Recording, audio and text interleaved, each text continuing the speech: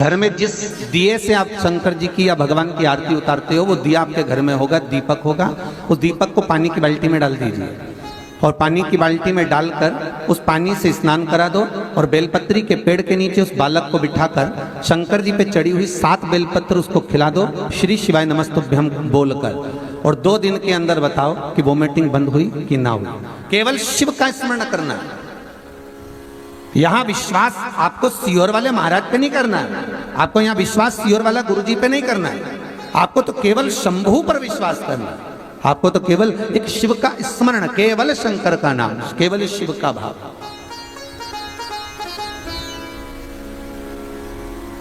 केवल एक शिव का स्मरण। विष्णु पुराण के भीतर दीपों का वर्णन किया गया है महाराज, कि कौन सा दिया किस जगह पर काम आता है और कौन सा दीप किस भाव में वर्णन किया जाता है। इससे पहले जो कथा हुई थी ऑनलाइन, उसमें दीपों का दर्शन भी कराया था कि इस दीप से ये फल की प्राप्ति है।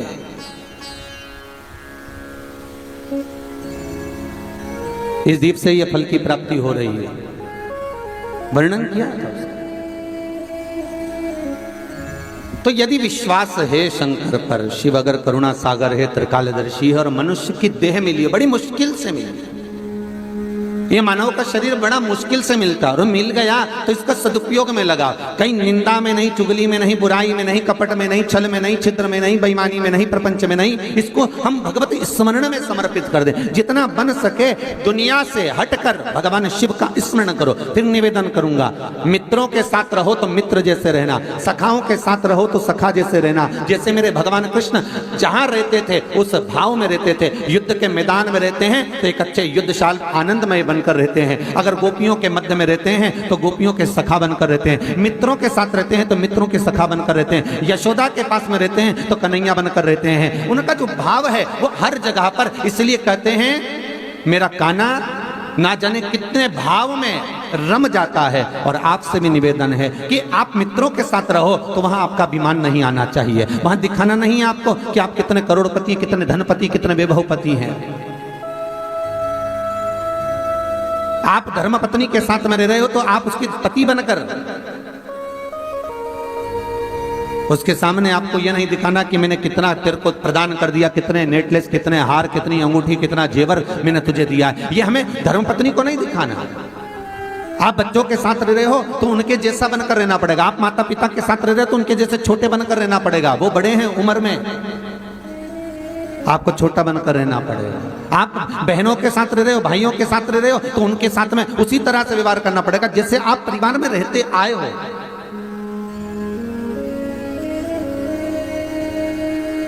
कई लोग हमसे भी कह देते हैं महाराज, गुरुजी अब आपकी कथा बहुत होने लगी सब जगत जगत में, अब आपको जरा ये इधर उधर शादी पार्टी इसमें उसमें नहीं जाना चाहिए। हमने कहा मन हमारा, व्यास पीटते हैं तब तक व्यास जी नीचे उतरे तो प्रदीप मिश्रा ही हैं।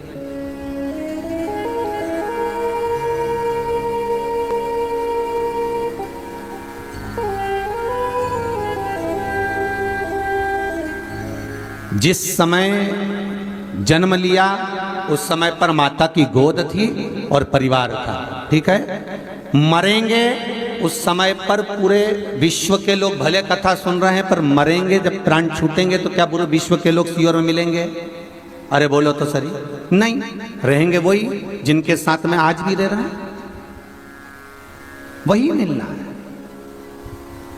आप कितने भी औहदे पर पहुंच जाओ, आप कितनी भी उन्नति पर पहुंच जाओ, आप कितनी भी आपके वैभव पर, मेरा द्वारका नाथ, मेरा द्वारकाधीश द्वारका का राजा बनकर बैठे हैं, द्वारका के राजा। और जिस समय पर स्वयं राधा नंद बाबा और यशोदा को लेकर, गोपी और ग्वालों को लेकर कुरुक्षेत्र की भूमि पर पहुंचती हैं तो मेरा कन्हैया राधा से मिलने के लिए 2 घंटे तक मार्ग में खड़ा रहा, 2 घंटे तक कि राधा यहाँ से निकलेगी। फिर खबर पहुंचाई, ललिता देखो जरा राधा निकल कर जा रही है क्या? अरे विशाखा जरा देखो राधा कितनी देर में आ रही है। राधा का इंतजार कर रहे हैं। तो द्वारकाधीश के द्वारपाल कहते हैं आप द्वारका के नाथ हो और एक साधारण सी गोपी के लिए घंटों से इंतजार कर रहे हो। भगवान कहते हैं वो गोपी साधारण नहीं है, वो गोपी सहज नहीं है, वो गोपी साधारण नहीं हो सकती। वो गोपी जो मेरे माता पिता का सेवा और संभाल कर रही है वो गोपी सहज नहीं है, वो गोपी मेरे प्राण है। जो मेरे माता पिता का सेवा और संभाल कर रही है वो गोपी सहज नहीं है, वो गोपी मेरे प्राण आए। रहो परिवार में, कुटुंब में, कबीले में, नातों में, रिश्तों में, परिवारजनों में, मित्र सखाओं में, बिल्कुल अलमस्त हो।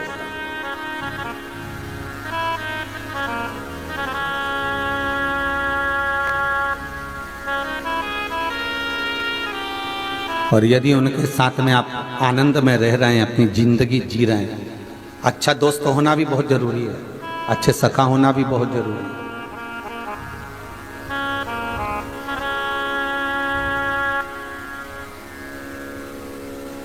अभी ये चैनल वाले भैया लोग आए हैं यहाँ कैमरा ले लेके 4-5, अब इनमें से 5-6 में से अगर एक मुसद्दी लाल निकल जाए तो बहुत गुस्से वाला, क्रोध वाला, चिड़चिड़ा, तो ये 4-5 जितने कमरे में रहते हो, एक कमरे में तो इनका तो जिबड़ा नहीं लगेगा, कहाँ इसको पकड़ के लिया है रे, सही है कि गलत है।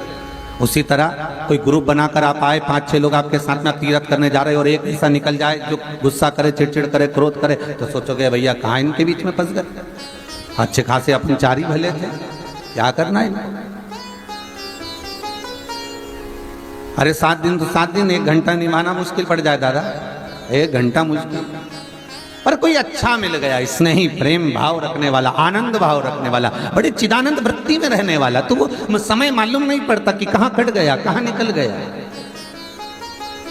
मेरे शिव की कथा कह रही है, मेरे शंकर की कथा कर रही है, शिव महापुराण कर रही है। ये 24,000 श्लोकों का जो बाबा वेद व्यास जी महाराज ने रचना करी है, ये मेरे शंकर का जो अनुमोदन कर रहा है। ये शिव महापुराण मेरे शंकर का ही शिवलिंग है, ये शिवलिंग वर्णन कर रहा है, ये शिव पुराण वर्णन कर रही है कि जो मानव की देह मिली है, ये मानव का शरीर बड़ी मुश्किल से मिला है, और इस मुश्किल से मिले हुए शरीर को यूं नहीं गंवा देना है। हमारे प्राण जब निकले, क्योंकि ये कुल्हाड़ी, ये तलवार हमारे सिर पर लटकी हुई है, प्राण तो निकलना है, आज नहीं तो कल।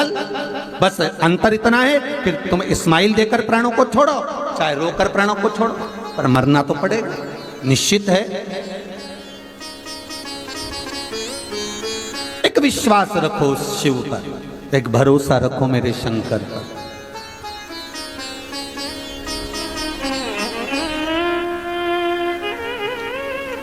और जिस समय पर विश्वास रहता है, भरोसा रहता है, समय पर विश्वास रहता है, भरोसा रहता है, विश्वास और भरोसा जब प्रबल हो जाता है, तब मेरा भगवान स्वतः सम्मुख में मिल जाता है, स्वतः सम्मुख।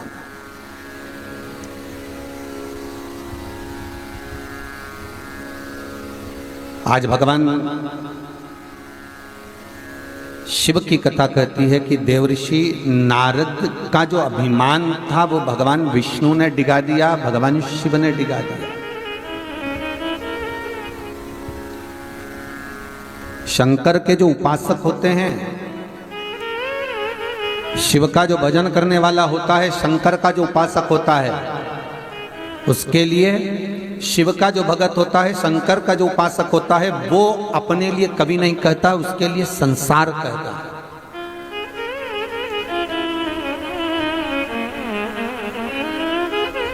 उसके लिए संसार।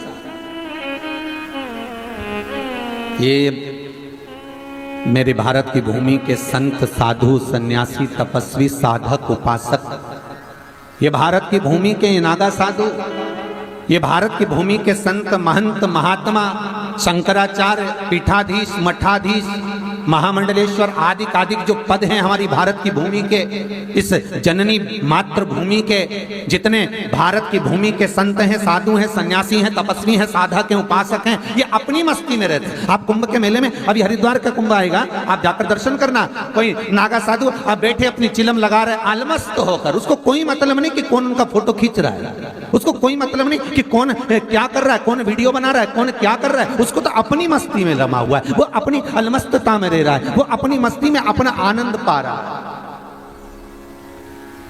वो अपनी मस्ती में सुख पा रहा है।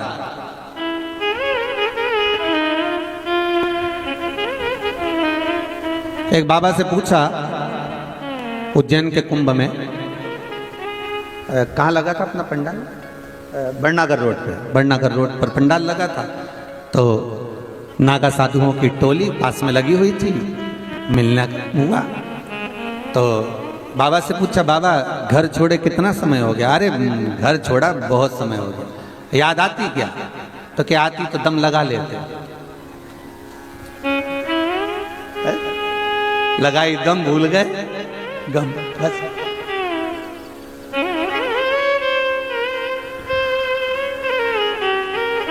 बाबा परिवार में और सब तो होंगे ना, तो होंगे बस। अब वो तो कहे आओ महाराज बैठो तुम भी दम।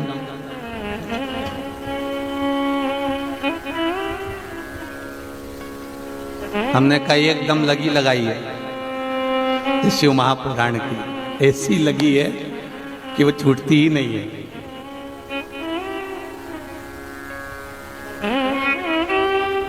उन्होंने एक सुंदर सी लाइन सुनाई थी, वो मैं कई बार कथाओं में बोल चुका, बहुत सुंदर लाइन है महाराज कि वो गांजा लावे गणेश जी और डोबे भैरवनाथ, वो नागा साधुओं का, डोबे भैरवनाथ और चिलम भरे माँ पार्वती जी और पीवे भोलानाथ, मन शिव रटोरे छोड़ दो कपट मन शिव रटोरे।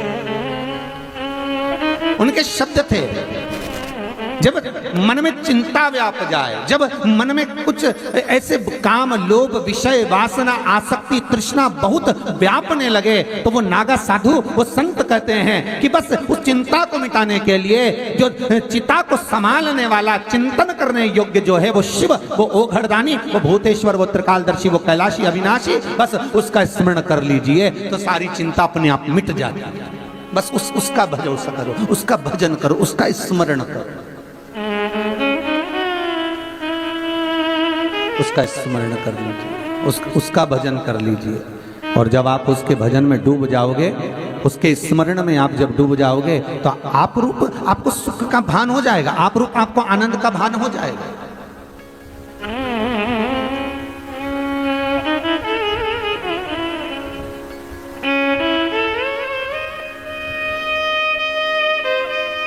महाराज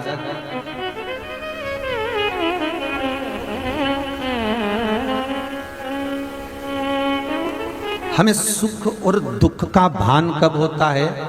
जब हम संसार को अपना समझते हैं। गौतम बुद्ध, श्री सिद्धार्थ जी रथ पर बैठकर जा रहे हैं अपने राजसी ठाट के साथ में, राजसी ठाट के साथ में रथ पर बैठकर जा रहा है रथ, और सामने से एक अर्थी निकल कर जा रही थी, सामने से एक अर्थी निकल कर जा रही। सिद्धार्थ जी ने पूछ लिया, सिद्धार्थ जी पूछ रहे हैं कि ये जो सामने सोकर जा रहा है, लेट कर जा रहा है, निकल रहा है, लोग इसको बांध कर ले जा रहे हैं, इसके ऊपर पैसा फेंक रहे हैं, फूल फेंक रहे हैं, तो ये उठ क्यों नहीं रहा? ये उठता क्यों नहीं रहा? आखिर ये क्यों नहीं उठ रहा? रथ चलाने वाला कितना ज्ञानी होगा सिद्धार्थ जी का, श्री गौतम बुद्ध जी का, कि वो रथ चलाने वाला कह रहा है सिद्धार्थ से, सिद्धार्थ जी ये मर चुका है, इसमें प्राण नहीं है, इसमें प्राण नहीं है, तो इसको भान नहीं है कि इसके ऊपर पैसा फेंका जा रहा है, कि फूल फेंका जा रहा है, कि मखाने फेंके जा रहे हैं, कि संपदा फेंकी जा रही है। सिद्धार्थ जी ने कहा तो एक आध दिन तो हमको भी मरना ही है ना, एक दिन तो हम भी जाएंगे। हाँ, तो फिर क्यों हम संसार में रम रहे हैं? सिद्धार्थ बस उसी दिन रथ से नीचे उतर गए और वही सिद्धार्थ गौतम बुद्ध बन गए। और वो बुद्ध जो केवल भीतर की मस्ती में रमते थे, भीतर की मस्ती, वो किसी से मतलब नहीं, बस अपनी मस्ती भीतर की महाराज। ओम नमः शिवाय। ओम नमः शिवाय। भीतर की मस्ती में रमो।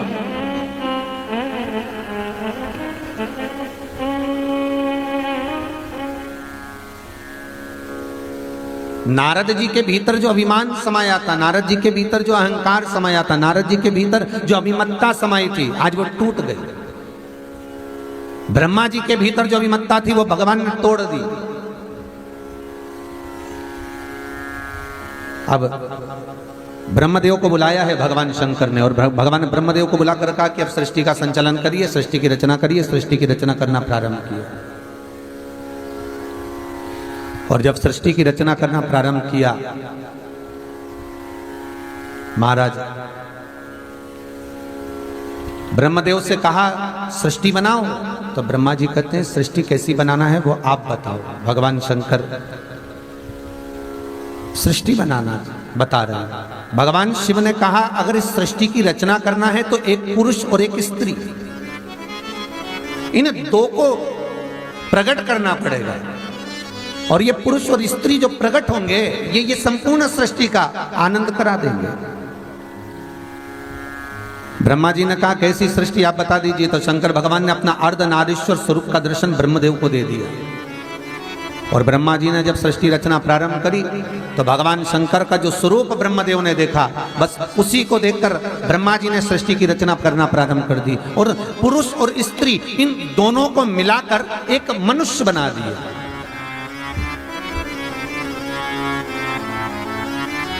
पुरुष और स्त्री को शंकर भगवान ने अर्धनारीश्वर स्वरूप का जो दर्शन कराया है, शंकर ने अर्धनारीश्वर स्वरूप का जो दर्शन दिया है वो इसलिए दिया था कि पुरुष बनाना और स्त्री बनाना। पर ब्रह्मा जी ने जो बनाया दोनों को मिलाकर बना दिया, और मिलाकर बनाया तो चारों तरफ किन्नर ही किन्नर हो गए महाराज, पुरुष और स्त्री मिलाकर बना दिया। अब भगवान विष्णु और भगवान शंकर दोनों भ्रमण करने के लिए मृत्यु लोक पर आए, तो उन्होंने देखा कि किन्नर ही किन्नर नजर आ रहे थे, तो भगवान विष्णु को हंसी आ गई। और भगवान विष्णु को जैसी हंसी आई तो भगवान विष्णु ने तुरंत हंसते हुए कहा देखो आपने ब्रह्मा जी को कहा था सृष्टि बनाने के लिए, कैसी सृष्टि बनाई है। शंकर भगवान ने ब्रह्मा जी को बुलाया, ब्रह्मदेव ये तुमने क्या बना दिया। ब्रह्मा जी बोले आप ही ने तो बोला था कि पुरुष और स्त्री बनाना है, आप ही ने अर्धनारीश्वर स्वरूप का दर्शन दिया था, इसलिए मैंने बना दिया। भगवान शंकर ने कहा ब्रह्मदेव हमने कहा था आधे पुरुष बनाना आधी स्त्री बनाना, मतलब दो पुरुष बनाओ तो दो स्त्री बनाओ, एक पुरुष बनाओ तो एक स्त्री बनाओ, पर तुमने तो दोनों को मिलाकर बना दिया। ब्रह्मा जी बोले गलती हो गई।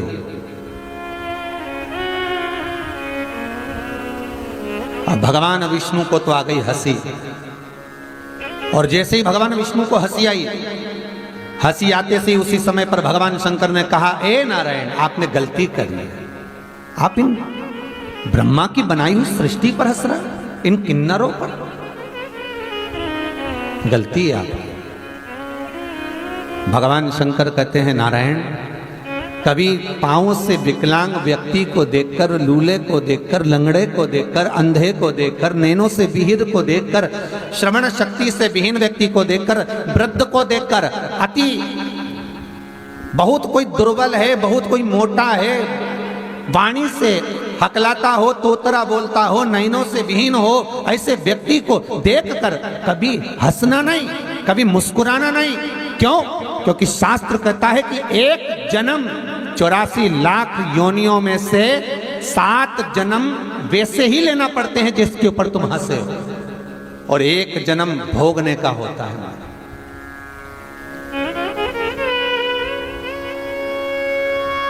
भगवान शिव कहते हैं अगर नारायण मैंने अगर इस सृष्टि की रचना को गड़बड़ कर दिया तो आने वाले समय में ये कोई कर नहीं पाएगा, इसलिए नारायण तुम इस ब्रह्मदेव की बनाई हुई सृष्टि पर हंसे हो, एक बार पृथ्वी पर जाकर हे नारायण तुमको भी किन्नर बनना पड़ेगा। और भगवान विष्णु को भी किन्नर बनना पड़ा पृथ्वी पर आकर, जब भगवान कृष्ण अवतार में आए, जब भगवान कृष्ण बनकर आए द्वापर में, उस समय पर जब कौरव और पांडवों का युद्ध चल रहा है और कुरुक्षेत्र की भूमि पर, कुरुक्षेत्र की उस धरा पर चंडी देवी को प्रसन्न करने के लिए कौरव और पांडवों में से किसी एक की बलि देने की बारी आ गई। इस कुरुक्षेत्र की भूमि पर बलि देना है कौरवों की ओर से और पांडवों की ओर से। घर का एक व्यक्ति मरना चाहिए, बलि चढ़ना चाहिए देवी को। कौन देगा बलि? कौरव तो बड़े खुश हो गए, हम तो 100 भाई, एक आध मर भी गया तो 99 बचेंगे, पांडवों में से एक चले गया तो 4 ही बचेंगे, करा क्या जाए। भगवान कृष्ण की नींद उड़ गई और भगवान कृष्ण ने अर्जुन को बुलाकर कहा, अर्जुन इधर आ, याद कर तू द्रौपदी को लेकर आया था, विवाह कर कर तेरी माता ने कहा था कि 5 बांट लो, तो तूने द्रौपदी से कहा था, मेरी माता ने कहा है कि तुम्हें 5 पतियों की पत्नी बनना पड़ेगी। द्रौपदी कहती है मैं 5 पतियों की पत्नी बनने को तैयार हूं, पर शर्त एक रहेगी कि 5 पतियों की पत्नी तो बनूंगी, पर 1 वर्ष तक, एक वर्ष तक एक पति के साथ में रहूंगी, और यदि उस पति के कक्ष में दूसरा कोई पति आ गया तो उसको 5 वर्ष के लिए बन जाना पड़ेगा। यदि आपको मंजूर हो तो मैं पत्नी बनने को तैयार हूं।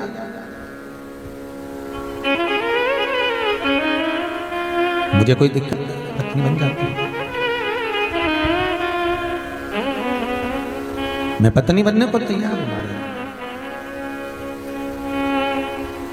ठीक है, 5 पतियों ने मिलकर वचन दे दिया द्रौपदी को, आपके कक्ष में जब आप एक पति के साथ रहोगी तो दूसरा कोई पति नहीं आएगा। अब लीला देखिए कितनी विचित्र थी। भीम के कक्ष में द्रौपदी है और एक ब्राह्मण के बच्चे को शेर उठाकर ले गया, और ब्राह्मण आकर अर्जुन से कहता है, अर्जुन, हे अर्जुन, आप मेरे पुत्र को लाकर दे दो, वो सिंह उठाकर ले गया है।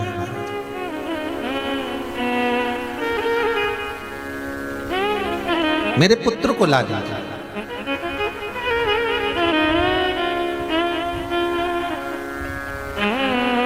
अर्जुन ने देखा कि मेरे पास में गांडीव नहीं है, क्योंकि गांडीव तो भीम के कमरे में रखा हुआ है, भीम के कक्ष में। अर्जुन दौड़ कर गए भीम के कक्ष में, गांडीव को उठाया और दौड़ कर पहुंच गए ब्राह्मण के बच्चे को बचाने के लिए। ब्राह्मण के बच्चे को बचाकर तो लिया है अर्जुन, पर महाराज द्रौपदी ने कह दिया आप 5 वर्ष के लिए वन चले जाइए। अर्जुन 5 वर्ष के लिए बन गए तो भगवान कृष्ण करें, अर्जुन तू जब 5 वर्ष के लिए बन गया था तो तूने नागों की कन्या उलूपी के साथ में विवाह किया था, उससे एक तेरा पुत्र हुआ था जिसका नाम था आरावन। जाओ उसकी बलि चढ़ाएंगे, उसको लेकर आओ, है तो तुम्हारा ही पुत्र, और पांडवों के वंश का कोई चाहिए बलि चढ़ाने के लिए तो जाकर लेकर आओ, जाओ जरा लेकर आओ उसको, जाइए।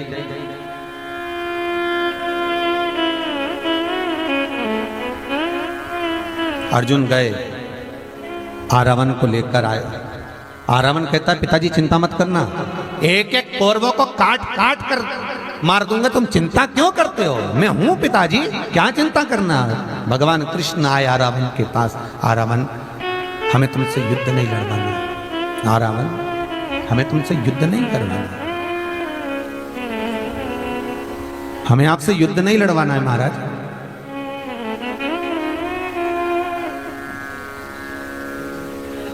हमें तो केवल आपकी बलि चढ़वाना है, केवल बलि,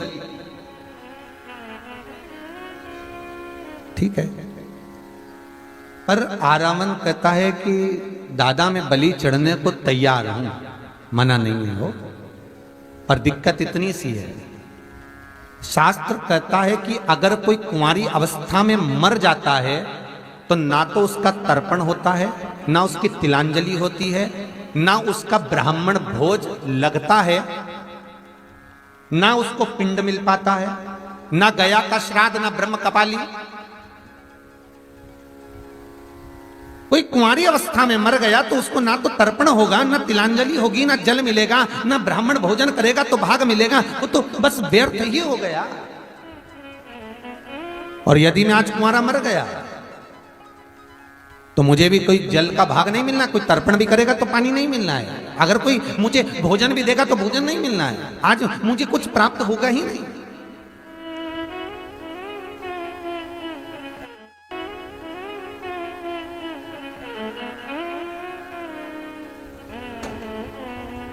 मुझे जब कुछ मिलना ही नहीं है तो फिर मैं कुंवारा क्यों मरूं?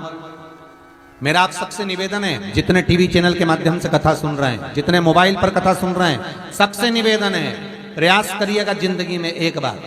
आज के जमाने के लड़के कहते हैं मैं उसके चक्कर में सुसाइड कर लूं, लड़कियां कहती हैं मैं उसके चक्कर में सुसाइड कर लूं, मैं मर जाऊं, मैं ये कर लूं, मैं वो कर लूं। मरना बहुत सरल है, मरो मरो सब कोई कहे, मर के देखे कोई, और मरो तो ऐसा मरो कि फिर संसार में जन्म ना हो। अगर मरने का फैशन ही चल रहा है, मरो, मना कौन कर रहा है? पर मरना पर ये सोच लेना शिव महापुराण का चरित्र कि कुंवारी अवस्था में अगर मर गए तो प्रेत की योनि में भटकते रहोगे, ना जल मिलेगा, ना तर्पण मिलेगा, ना पिंड मिलेगा, ना गया का श्राद्ध, ना ब्रह्म कपाली, और तुम्हारे माता पिता तुम्हारे लिए कितना भी ब्राह्मण का भोजन करा लें तो भी वो भाग तुम्हें प्राप्त होने वाला नहीं है। अब जाओ निपटो, उसका कोई फल नहीं है, उसका कोई सुख नहीं है, उसका कोई आनंद नहीं है, वो तुम्हें प्राप्त नहीं होने वाला महाराज, उसका कोई फल तुम्हें मिलने वाला नहीं है। इसलिए निवेदन है। तो आरावण कहते हैं कि मैं अगर कुंवारी अवस्था में मर गया तो मुझे कुछ प्राप्त होगा ही नहीं, मुझे कुछ मिलेगा ही नहीं।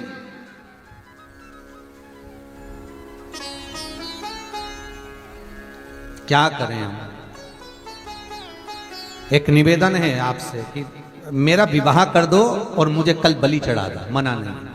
अब ईमानदारी से बोलो रे भाई, सबको मालूम है कि ये कल मरने वाला है तो इसको लड़की कौन देगा? कन्या दे तो दे कौन इसको? जब कल मर ही रहा है तो कौन कन्या देगा? और कह दिया बस मेरा शादी कर दो, कुंवारा नहीं मरूंगा, शादी कर दो फिर इसके बाद मरेगा। ठीक है, भगवान कृष्ण ने अर्जुन, नकुल, सहदेव, भीम, युधिष्ठिर सबको बुला कर कहा इसके लिए लड़की ढूंढो, आज ही का दिन है, बस आज की रात, बस फिर तो कल मरना ही है। अब कौन लड़की दे? कोई ने नहीं दी। फिर नैनों में जल भर गए, अब करें क्या? भगवान कृष्ण ने मन में सोचा अब कोई कन्या नहीं मिल रही, रात्रि का समय हो गया, मध्य रात्रि होने वाली है, केवल आज की ही रात बाकी है। और भगवान कृष्ण को याद आ गया कि शंकर भगवान ने कहा था कि तुम इन ब्रह्मा की बनाई हुई सृष्टि पर किन्नरों पर हंसे हो, इसलिए मृत्यु लोक में जाकर तुम्हें किन्नर बनना पड़ेगा। भगवान कृष्ण समझ गए कि आज मुझे इस आरावण के लिए इसकी पत्नी बनना पड़ेगा। तो भगवान कृष्ण ने किन्नर का रूप रख लिया और किन्नर का रूप रखकर आरावण से शादी कर ली भगवान कृष्ण। आरावण से विवाह करा और विवाह करने के बाद रात्रि के समय पर विवाह करा। सुबह भगवान कृष्ण के सम्मुख में वो आरावण का सम्मुख में बलि चढ़ गई, भगवान के नैनों से जल बह निकला। इसलिए आज भी किन्नरों का एक रात्रि का विवाह होता है, एक घड़े के साथ आरावण के साथ होता है आज भी। इसलिए किन्नर गले में मंगलसूत्र पहनते हैं, मांगों में सिंदूर डालते हैं, पाँव में बिछुड़ी पहनते हैं, हाथों में चूड़ियां पहनते हैं। इसलिए किन्नरों की दुआ और बद्दुआ दोनों लगती है। क्यों? क्योंकि उनका जो पति होता है एक कलश, कलश नहीं, वो आरावण है। इसलिए हमारे यहाँ शुभ शकुन में, अच्छे कार्य में हम किन्नरों को बुलाते हैं, कुछ नेक जोक देते हैं, उनको विदा कर देते हैं।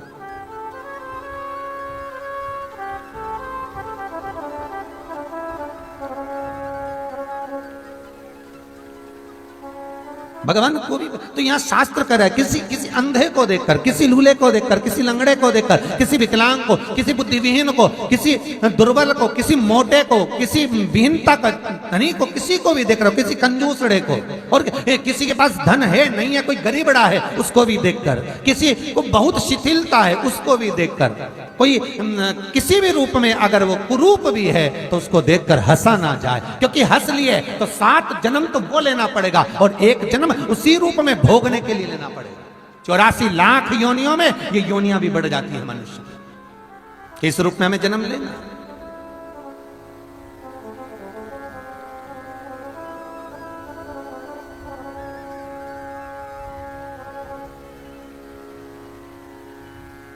ठीक है, कोई आंखों से विहीन है, होगा पूर्व का कर्म। इसी बात पर एक प्रश्न कर दिया था किसी ने महाराज, दिल्ली शालीमार बाग की कथा में। जब तुल्ली परिवार कथा कराए तो उसमें प्रश्न आया था शालीमार बाबा की कथा में कि महाराज जी सूरदास जी ने कौन सा ऐसा पाप कर्म कर दिया था जो सूरदास जी की आंखें चली गई। देखिए प्रश्न बड़ा विचित्र। जो भगवान कृष्ण की इतनी भक्ति करते हैं सूरदास, भगवान कृष्ण की अविरल भक्ति में डूबे हुए हैं, जिन्होंने इतने सुंदर पदों को गाया और भगवान कृष्ण उनके सम्मुख में प्रकट हो जाते हैं, ऐसे सूरदास ने क्या कर दिया था। तो शास्त्र कहता है ये सूरदास कौन है, तो कहा ये उद्धव जी हैं। उद्धव भांडिर वन में बिना पूछे बिना जाने प्रवेश कर गए और भांडिर वन में राधा जी की अष्ट सखियों में से एक सखी ललिता जी पहरा देती थी। ललिता जी ने कह दिया रे आंखों से अंधा हो गया क्या, मुझसे पूछना था, बात करना थी, फिर प्रवेश करना था। उद्धव जी ने कहा तू मुझे जानती नहीं, मैं द्वारका का भगवान कृष्ण के द्वारा भेजा गया उनका मंत्री हूं, तो जानती नहीं है ना। ललिता जी के कोई भी भेजे, किसी के घर में प्रवेश करने से पहले उसकी आज्ञा होना जरूरी है। किसी मंदिर में जा रहे हो तो पहले मंदिर के पंडित जी से पूछो मैं भगवान को पूजन कर लूं मैं। किसी बाग में से फूल तोड़ रहे हो तो पहले माली से पूछो, क्योंकि कंस का जो जन्म हुआ है भगवान कृष्ण के सामने, जिस कंस का सम्मुख में जन्म हुआ, कंस जो पैदा हुआ वो कंस के पैदा होने का कारण एक ये भी था कि कंस किसी पूर्व समय में जो कुबेर का एक द्वारपाल था, बस चुपचाप से जाकर कुबेर के पूजन के लिए, शंकर के पूजन के लिए कहीं से फूल चुरा कर लाता था। अब कुबेर तो कहता मेरे लिए फूल लेकर आया, उसने तो अच्छा काम करा, पर एक बुरा काम करा कि बिना माली से पूछे हुए चुरा कर लेकर आया। इसलिए उस कुबेर के द्वारपाल को भी कंस का अवतार लेना पड़ा, कंस का जन्म लेना पड़ा और राक्षस बनकर पैदा होना पड़ा, क्योंकि उसने बिना पूछे फूल चोरी करा था। धर्म का दंड तो भोगना पड़ेगा, मनुष्य की देह मिली है भोगने के लिए ही मिली है। तो ये कंस का जन्म इसलिए हुआ क्योंकि उसने फूल चुराया, पैदा हुआ, चल जन्म भोगना। तो सूरदास वो उद्धव, तूने बिना पूछे बिना जाने एक मेरी चौकीदारी में, मेरे पहरे में तू अंदर प्रवेश कर गया। हे उद्धव तुझे इतना अहंकार है, मैं कहती हूं श्राप देती हूं तुझे, तू अंधा बनकर जन्मेगा नीचे मृत्यु लोक में।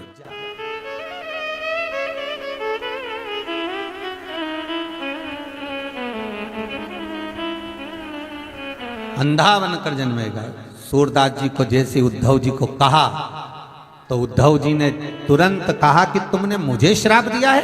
ए ललिता जी मैं भी आपको श्राप देता हूं कि इस सूरदास के लिए आपको एक जन्म मृत्यु लोक में लेना पड़ेगा, और मैं इस ब्रज रज में कृष्ण के लिए आया हूं। जब तक आप मुझे मिलोगी नहीं तब तक मुझे भी कृष्ण मिलेगा नहीं, इसलिए मृत्यु लोक में एक जन्म तुम्हें और लेना पड़ेगा। और हुआ कब? जब अकबर की धर्मपत्नी जोधाबाई स्नान करने के लिए सरोवर पर गई तो इसको एक लड़की पानी में डूबती हुई दिखी।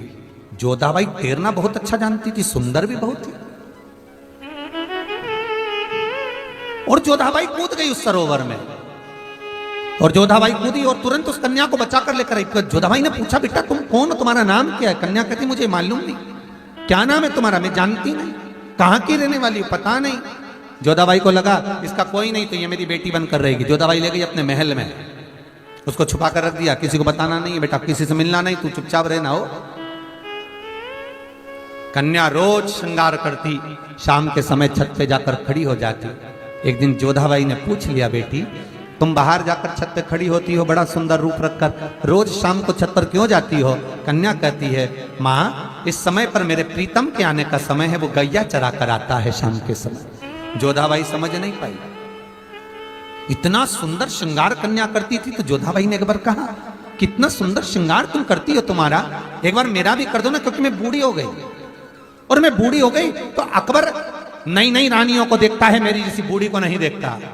माँ इतनी सी बात कर दूंगी। आज जोधाबाई का श्रृंगार उस कन्या ने कर दिया, इतना सुंदर श्रृंगार उस कन्या ने करा। और जोधाबाई सजकर जब राजा के महल के सामने से निकली तो अकबर ने द्वारपालों को कहा जाकर पता करो कौन सी राजकुमारी निकल कर गई इतनी सुंदर, जाओ जरा मालूम करो, देखो जरा इतनी सुंदर कौन गई। द्वारपाल जोधाबाई को लेकर आए, जोधा तू बूढ़ी होकर इतनी सुंदर कब हो गई, जवान से युवान से इतनी सुंदर कैसे हो गई। जोधाबाई बोली बस मैंने श्रृंगार करा। तो तेरा श्रृंगार किसने करा, बस मैंने, तू नहीं कर सकती जोधा, सत्य बता तेरा श्रृंगार किसने करा है। जिसने इतना सुंदर श्रृंगार करा कि बूढ़ी को जवान कर दिया, वो कितनी सुंदर होगी। अकबर ने कहा अब तो वो मेरी रानी बनेगी। कहां है वो, किसने श्रृंगार करा तेरा, बता। जोधाबाई छुपा छुपा कर रह गई। अंत में अकबर नहीं माना, जोधाबाई के कक्ष में चला गया। जिस कक्ष में जोधाबाई के गया, कन्या निकलकर छत पर जा रही थी। अकबर का आगमन होता है और उस कन्या का इतना सुंदर स्वरूप था कि अकबर उसको अपना बनाने के लिए हाथ पकड़ता है। पकड़ते से ही अकबर के शरीर में लकवा लग जाता है और अकबर मूर्छा खाकर जमीन पर गिर जाता है। पूरा शरीर कांपने लगा, पांव हाथ लकवा लग गया, शरीर स्थिर नहीं, हिल रहा है, गिर गया, पड़ा है। सारे वेद डॉक्टरों को बुला गया, अकबर ठीक नहीं हुआ।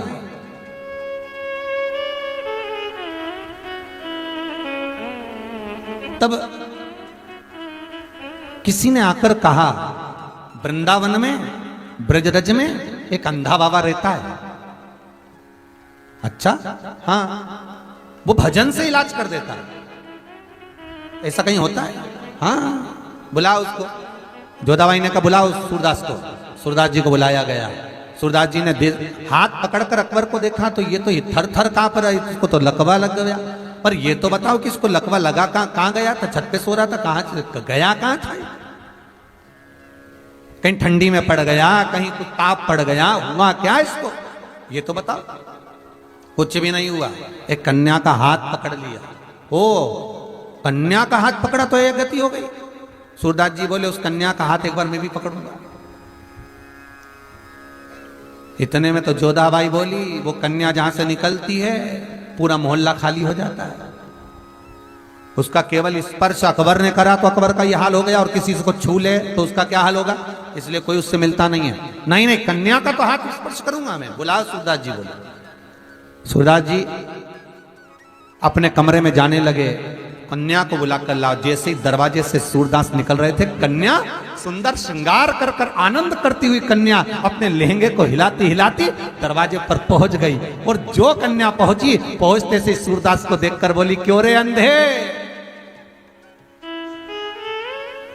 सूरदास जी को आवाज समझ में आ गई। सूरदास जी बोले, ललिता तू यहां? सूरदास जी बोले, ललिता तुम? हाँ। ललिता बोली, सूरदास तेरे लिए आना,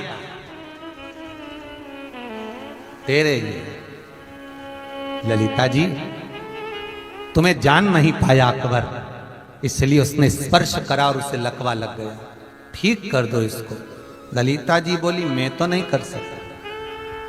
तो फिर मैं आपको स्पर्श कर लूंगा ललिता जी।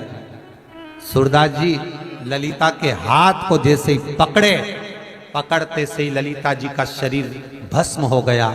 सूरदास जी ने अपने तन पर भस्म को धारण किया, वो भस्म अकबर को लगाया। अकबर उठ बैठा और सूरदास जी वो भस्म लेकर अपने हृदय में लगाकर वृंदावन चले गए। ब्रज की रज में डोलते डोलते चंद्र सरोवर पर पहुंच गए। और चंद्र सरोवर पर सूरदास जी बैठकर नहाते नहीं है चंद्र सरोवर, क्योंकि नहाऊंगा तो मेरी ललिता जिसका स्पर्श मात्र से मुझे कृष्ण मिलने वाला है वो चले जाएगा। इसलिए स्नान तक नहीं कर रहे, बैठे चंद्र सरोवर पर जल का आचमन कर रहे हैं, पर देख रहे हैं।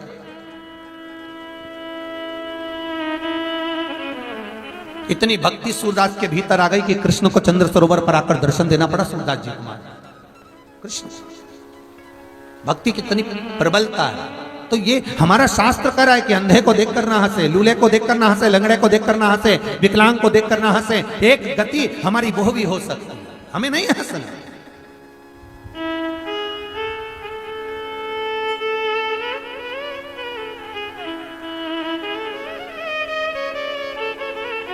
देखो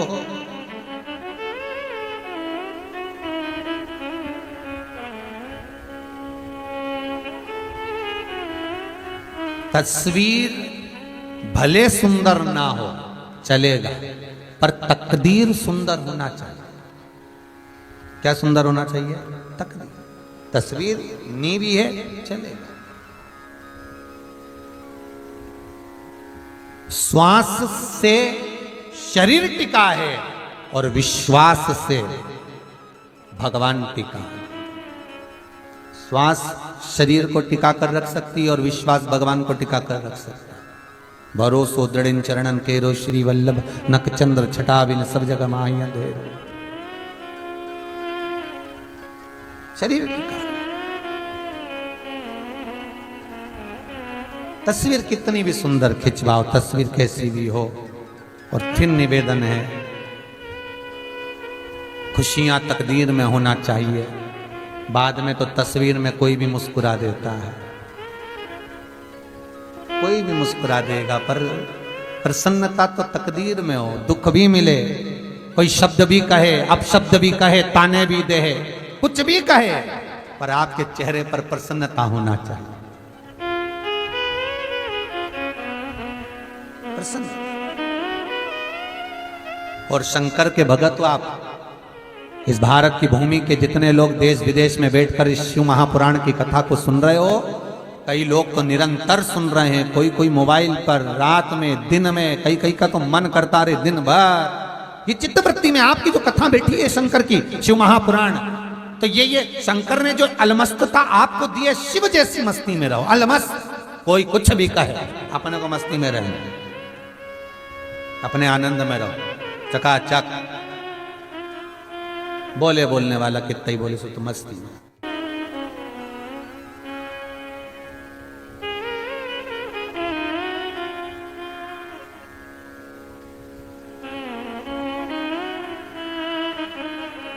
महाराज, जब जीवन में दुख भी आए और व्यक्ति के चेहरे पर प्रसन्नता होती है, तो भगवान कहता है कि ये मेरा जीव है, ये मेरा अपना।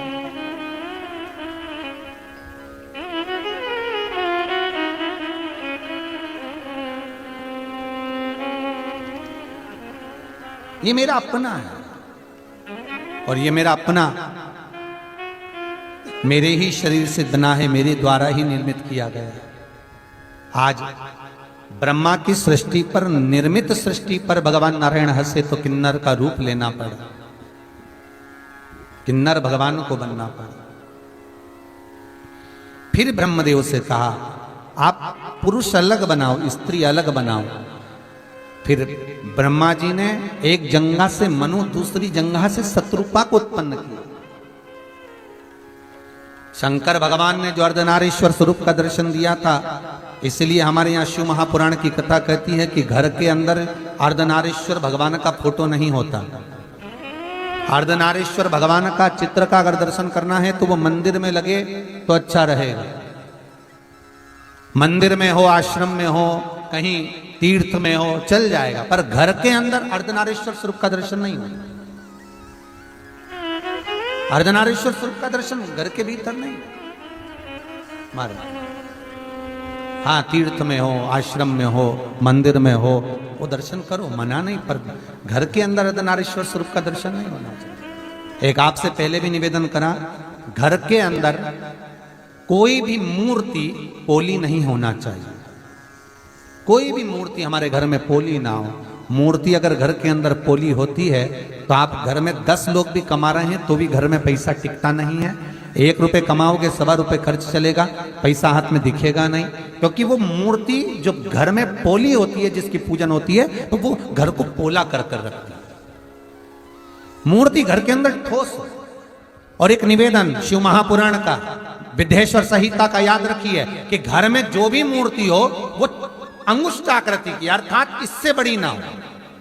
इससे बड़ी जब मूर्ति जो होती है उसको मंदिर जैसी पूजन की जरूरत पड़ने लगती है। जितनी छोटी होगी उतना सुख देगी, उतना आनंद देगी।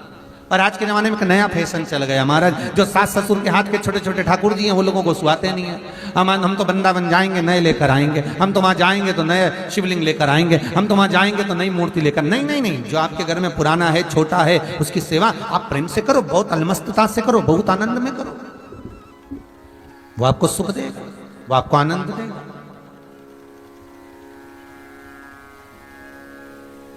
मूर्ति भले छोटी हो पर मन मोटा होना चाहिए। तेरी पूजन को भगवान बना मन मंदिर हाली, मन बड़ा हो। भगवान को ये दिल समर्पित कर कर भगवान के चरणों में छोड़कर आनंद पाते महाराज।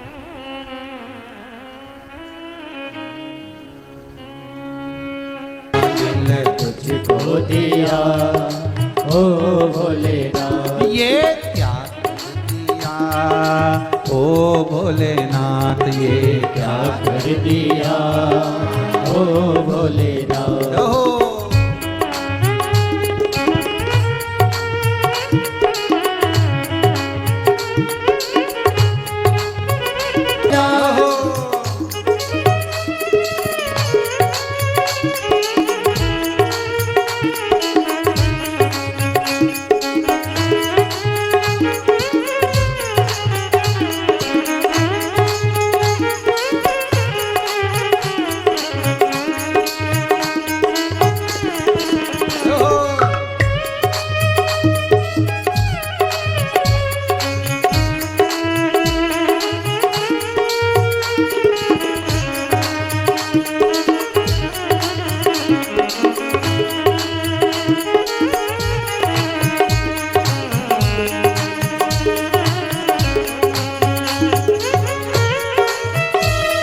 दिया ओ भोलेनाथ, ये क्या कर दिया ओ भोलेनाथ, मेरे ओ भोलेनाथ, ओ भोलेनाथ, मेरे ओ भोलेनाथ, ओ भोलेनाथ, मेरे ओ भोलेनाथ, ओ भोलेनाथ, मेरे ओ भोलेनाथ, ओ भोलेनाथ। दिल तुझको दिया ओ दिल तुझको दिया।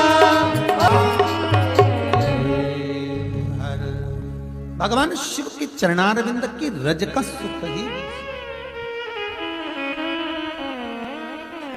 मनु और शत्रुपा प्रकट हुए। ब्रह्मा जी की जंघा से मनु और शत्रुपा का प्रागट्य हुआ और मनु और शत्रुपा को प्रकट कर कर भगवान सृष्टि की लीला को बढ़ाए। हृदय से दक्ष को प्रकट करा है ब्रह्मदेव ने।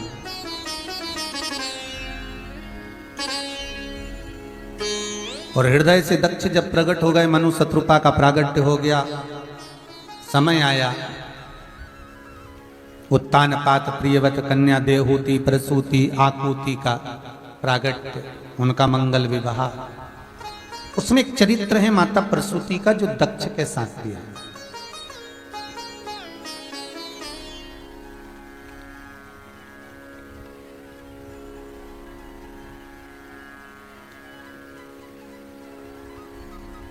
माता प्रसूति दक्ष प्रजापति के साथ में मंगल विवाह हुआ है। कई कन्याओं का जन्म इनके घर में हुआ, कई बेटियां।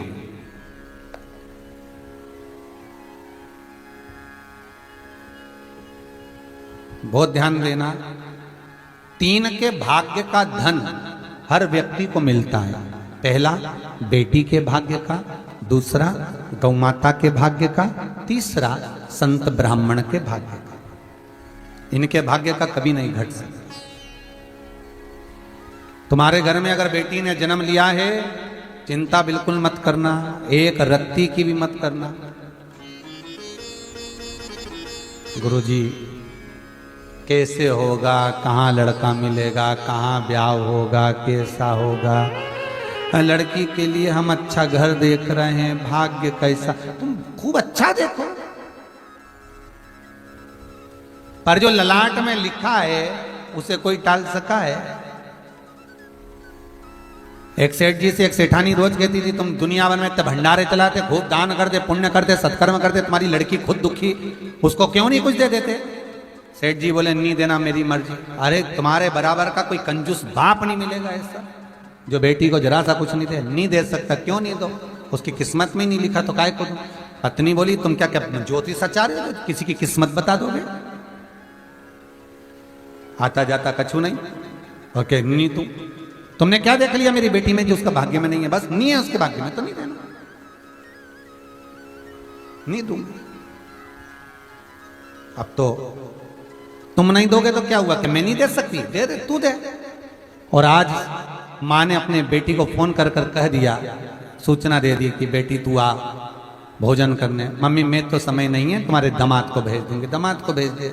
और माँ ने क्या करा, तिल्ली के लड्डू बनवाए संक्रांति पे, और लड्डू बना के उसमें सोने के सिक्के फंसा दिए लड्डू के अंदर, और वो डब्बा दे दिया दामाद को खाना खिला के कि बेटा ये बेटी को दे देना, हो उसको दे देना। चला तो उसके मन में आया रास्ते में कि बच्चों की ट्यूशन की फीस और स्कूल की फीस जमा करना, पैसा है नहीं, लड्डू खाएंगे बाद में भ्रष्टा में जाएगा, क्या मतलब, एक काम करता हूँ लड्डू हलवाई के यहाँ भेज जाता हूँ।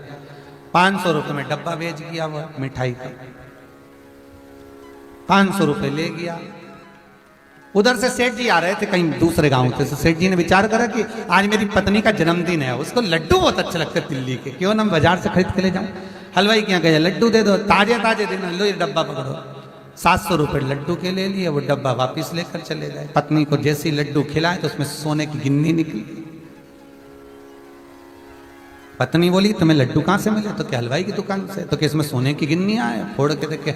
पत्नी माथा ठोक कर बोली तुम बिल्कुल सत्य कह रहे थे कि भाग्य में होता तो अच्छा घर देखकर लड़की ब्याही थी, अच्छा परिवार देखकर बेटी ब्याही थी, सारा सुख देखकर बेटी ब्याही थी। ऐसा कोई ठाट बाट नहीं देखा बेटी की विदाई में, ब्याह में, कि जो उसका सुख नहीं हो। ढेरों जमीन, बंगला, गाड़ी, संपदा सब था, पर भाग्य में लिखा होगा सुख तो सुख भोगोगे, और भाग्य में लिखा होगा दुख तो दुनिया का दुनिया भर का लोग कितना भी सुख दे देगा तो भी सुख नहीं भोगोगे, तो भी सुख नहीं भोग पाता। संत श्री गुरुदेव नानक जी महाराज जी से उनके शिष्य ने कहा, गुरु नानक देव जी से कहा, गुरुवर आप कहते हो कि हर दाने दाने पर खाने वाले का नाम लिखा है। हाँ बिल्कुल लिखा है।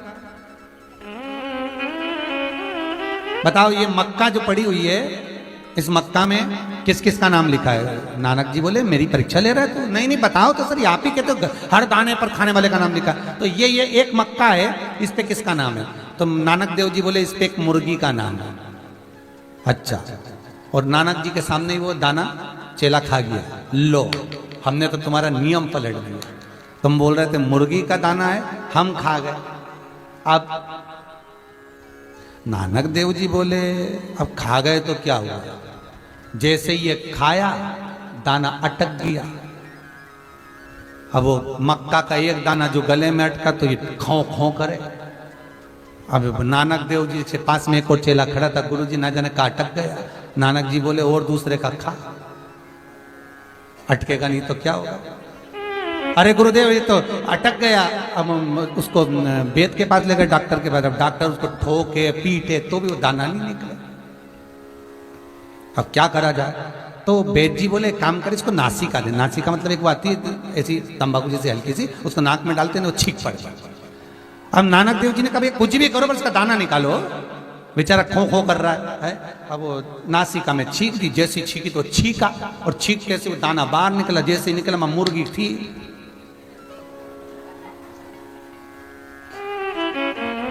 नानक देव जी बोले देख ले उसके हिस्से का था, तू खा गया तो अटक गया। जिसके हिस्से का जिसको जब मिलना है, जिस समय मिलना है, जिस घड़ी मिलना है, जिस पल मिलना है, जिस जगह मिलना है, वो सारी व्यवस्था मेरे विश्वनाथ ने, मेरे गोवर्धन नाथ ने कर रखी है कि आपको कब क्या कैसे मिलेगा। बस थोड़ा सा सबरी बनो। क्या बनना है? जम के तो बोलो सबरी, मतलब सबरी जैसे बन जाओ, मतलब सब्र धारण करो सबरी जैसे। थोड़ा मिलेगा। महाराज 3 के भाग्य का धन हर व्यक्ति को मिलता है। गौ माता के भाग्य का, बहन बेटी के भाग्य का, संत ब्राह्मण के भाग्य का। इनका 3 का भाग्य कहीं नहीं गया। अगर आपने गौ माता को 1 रुपया भी दान करा है, गौ माता के निमित्त से 1 रोटी भी निकाली है, गौ माता को अगर चारा भी दिया है, गौ माता के निमित्तार्थ अगर कुछ जा, दादी के कमरे में बैठ जा। बच्चे बोले मम्मी तू तो हमेशा बोलती थी पढ़ने बैठ जा, और आज कह रही कि दादी के कमरे में बैठ जा। मैंने बोला ना जब तक बुआ जी यहाँ रहे तू दादी के कमरे में रहो। दादी के कमरे में बैठ गया पांव लटका के पलंग पे। दादी बोले चल पढ़ने जा। नहीं जाऊंगा। बुलाऊं तेरी मम्मी को? बुला लो। उन्हीं ने कहा जब तक बुआ रहे तब तक ही रहे। नहीं जाऊंगा। दादी समझ गई चौकीदार के कैमरा लगाया, ये कैमरा फिट किया। दादी समझ गई कि कैमरा फिट कर, चौकीदार लगा दिया है। दादी को लग गया मारे। अब निवेदन है, चौकीदारी कहाँ करना। बहन बेटी के भाग्य में जितना होगा उतना लेकर जाएगा।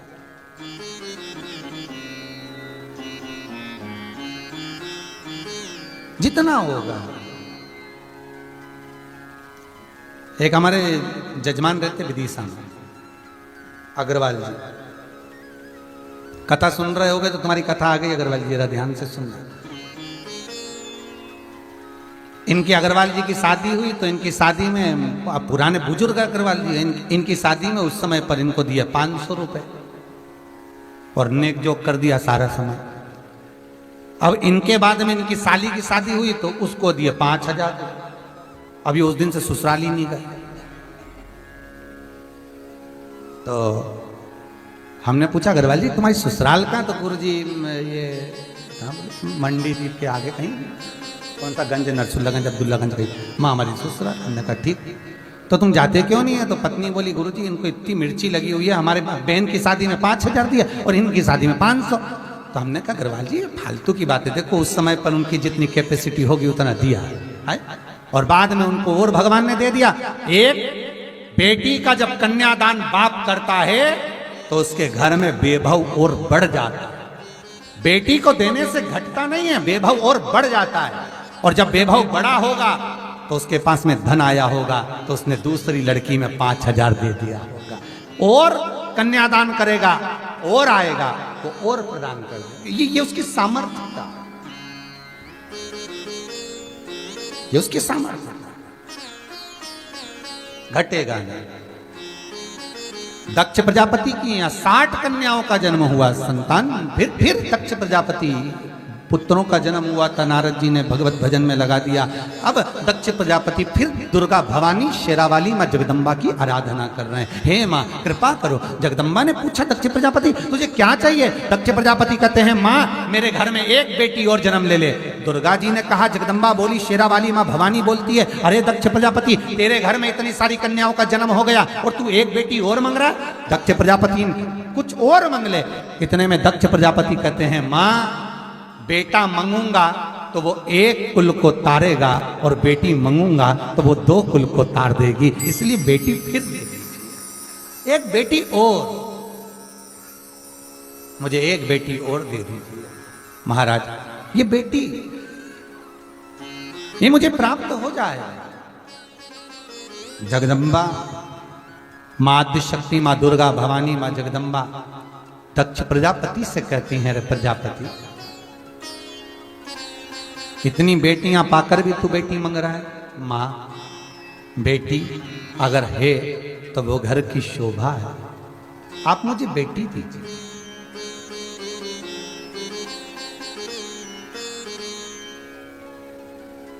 मुझे बेटी दे दो बस।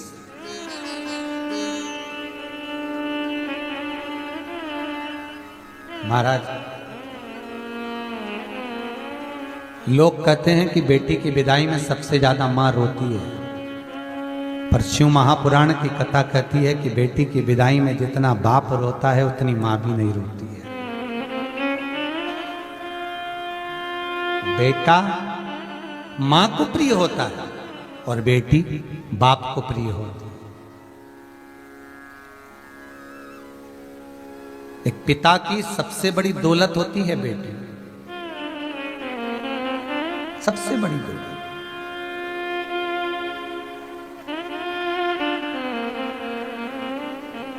बेटी बाप की एक जायदाद है।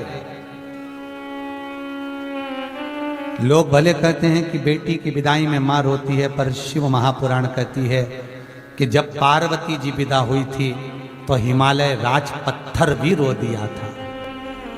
हिमालय राज, ये मेरी बेटी है।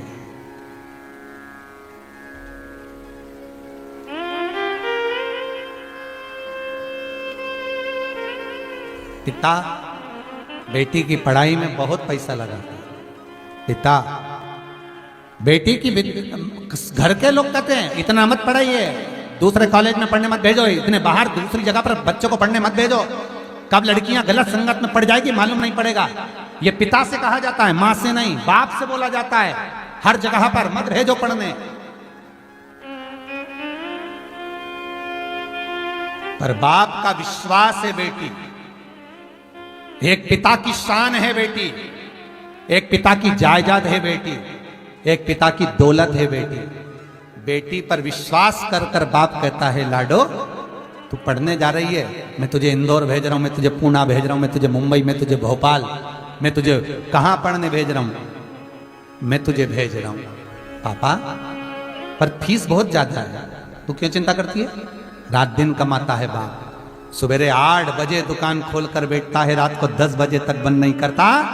दुनिया के लोग कहते कंजूसड़ा है, क्या करेगा इतना कमाकर। और उस बाप से पूछो कि मुझे बेटी को पढ़ाना है, घर में 2 बेटी 3 बेटी 4 बेटियां हैं मेरी, मेरे को पढ़ाना है और उनका विवाह करना है। 11 बजे तक आता है, भूखा रहे